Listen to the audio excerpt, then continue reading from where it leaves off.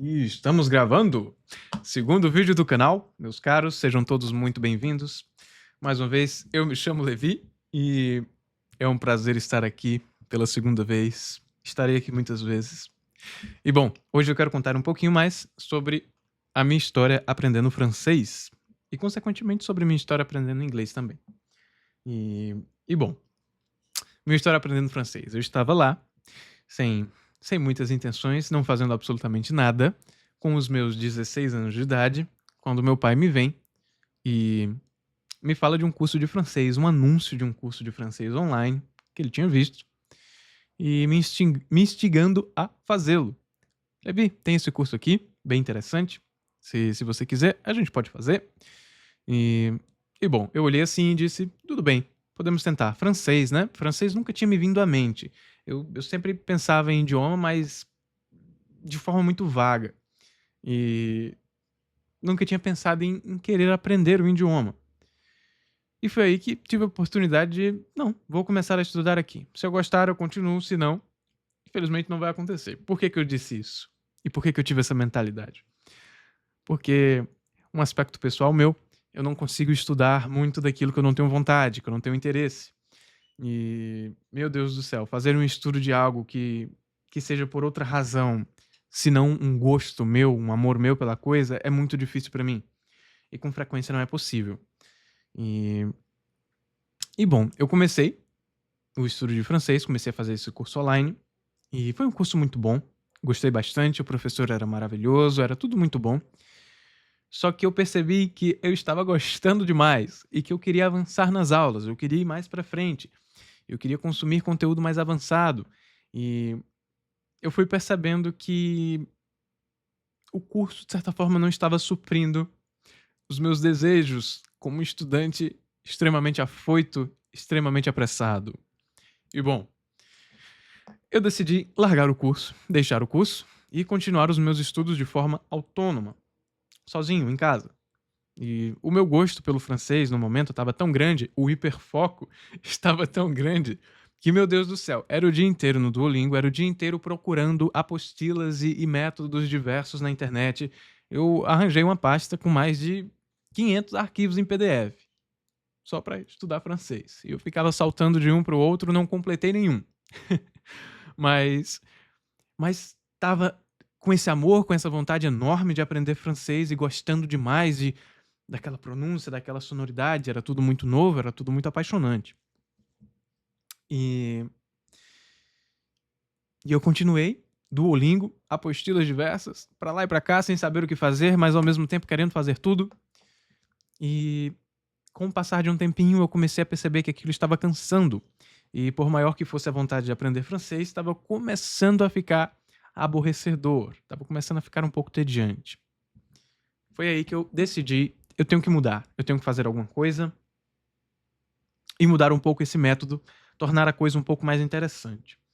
E bom, eu sempre tive um interesse mínimo, um interesse leve em literatura, e eu pensei assim, poxa vida, aprendendo um idioma como esse, eu posso ler a literatura francesa, a literatura daquele país, e, e essa ideia me estimulou. De certa forma, eu ganhei uma motivação a mais, quando eu pensei que eu poderia ler, por exemplo, um livro que eu já tinha lido em português, O Conde do Monte Cristo, eu poderia lê-lo em francês, e isso me estimulou enormemente. E, e isso foi um pensamento novo, foi uma graça muito grande, porque eu pensei, eu vou estudar agora para ler esses grandes autores, para ler essa obra em particular, O Conde do Monte Cristo, de Alexandre Dumas. E, e bom, depois de um tempo, eu comecei a estudar a primeira página do primeiro capítulo, palavrinha por palavrinha, parágrafo por parágrafo. E, meu Deus, que, que coisa, como eu posso dizer, difícil, difícil, mas gratificante. Porque a cada linha concluída, a cada linha estudada, eu tinha a certeza de que é um escritor francês que eu estou lendo. É literatura francesa genuína. Não é um diálogo de cafeteria de uma apostila genérica. Não. Isso aqui tem um valor literário. Isso aqui tem um valor grande. E passou a ser uma alegria, uma diversão muito grande estudar francês com francês autêntico, com francês de literatura. E, e meu Deus do céu, no término de 2 semanas, mais ou menos, que eu concluí o primeiro capítulo, estudando linha por linha, sempre com um dicionário e com um tradutor do lado, um tradutor para as horas de maior desespero, mas eu sempre evitava usar o tradutor e eu tentava compreender o francês apenas com um dicionário mesmo, francês-português. E no término desse longo estudo de um capítulo, eu percebi que, meu Deus, eu consegui. Demorou, foi difícil, mas foi muito gratificante saber que eu tinha concluído um capítulo de uma obra literária. E, meu Deus, incrível demais. É assim que eu quero continuar.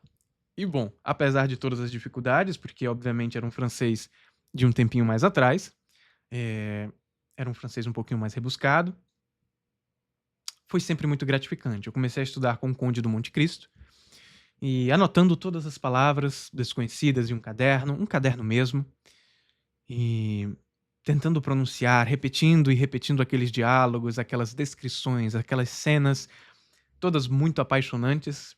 Para quem já leu O Conde do Monte Cristo sabe, é um livro fenomenal, é um novelão daqueles, e era muito gratificante, era muito bom.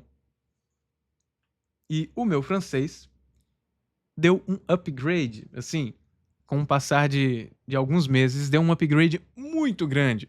Porque, obviamente, por ser um francês mais rebuscado, eu tentava muito compreender, minha mente raciocinava demais, eu anotava muitas palavras e eu aprendi muita coisa. Porque, de fato, era algo mais difícil.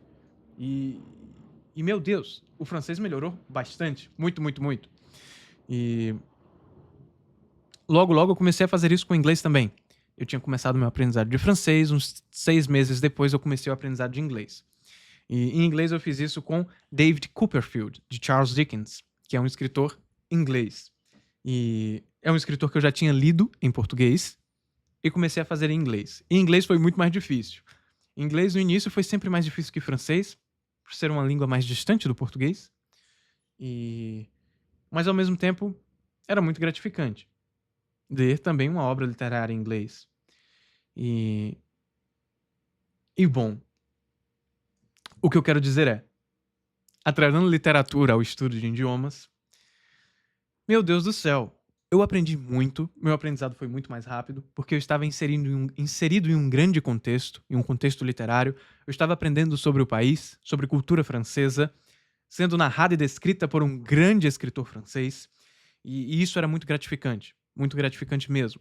Não era qualquer coisa genérica, não era qualquer coisa, como que eu posso dizer, qualquer textinho barato. Era uma obra de literatura.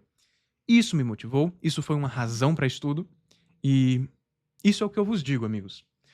Encontrem no aprendizado de um idioma de vocês algo que vocês queiram verdadeiramente compreender, algo que vocês queiram verdadeiramente entender e se inserir. Seja literatura, como foi o meu caso, ou seja ler sobre culinária, seja ler sobre algum esporte, seja ler simplesmente sobre cultura francesa, sobre algum aspecto, sobre música francesa e música inglesa, o idioma que for. Ter um motivo mesmo, ter uma razão por trás daquele estudo, uma razão que seja maior. E não apenas uma razão comercial, não apenas uma razão social, mas uma razão cultural mesmo. Porque dessa forma empolga demais, diverte demais e o estudo passa a ser um prazer enorme, não apenas labor, não apenas sofrer no estudo. E é basicamente isso que vos digo, meus amigos. Em um próximo vídeo eu pretendo falar mais sobre o método específico, que não é coisa muito complicada, não é um método mirabolante, não. É simplesmente um caderno, anotar as palavras desconhecidas, repetir e repetir, escutar, escutar bastante, gravar o próprio áudio, escutar áudios de outras pessoas. Eu escutava bastante, quando eu li O Conde do Monte Cristo, audiobooks, e repetia aqueles audiobooks dos mesmos capítulos, dos mesmos trechos, e ia com aquilo aprendendo, ia internalizando tudo aquilo, e aprendendo muito a pronúncia também. E vão ter vídeos posteriores falando mais sobre o estudo propriamente dito, como é a prática mesmo, os ritmos. E eu espero todos vocês nesses vídeos. E Me enrolei um pouquinho aqui. Estamos chegando aqui ao final desse vídeo. Já dei um spoiler de como vai ser os próximos vídeos. Vão ser mais ou menos sobre a prática desses estudos. Um próximo vídeo eu vou falar também sobre o estudo particular do inglês e sobre as particularidades da língua inglesa. E eu espero todos vocês lá. Espero que vocês tenham gostado desse vídeo. Fiquem bem e até um próximo vídeo.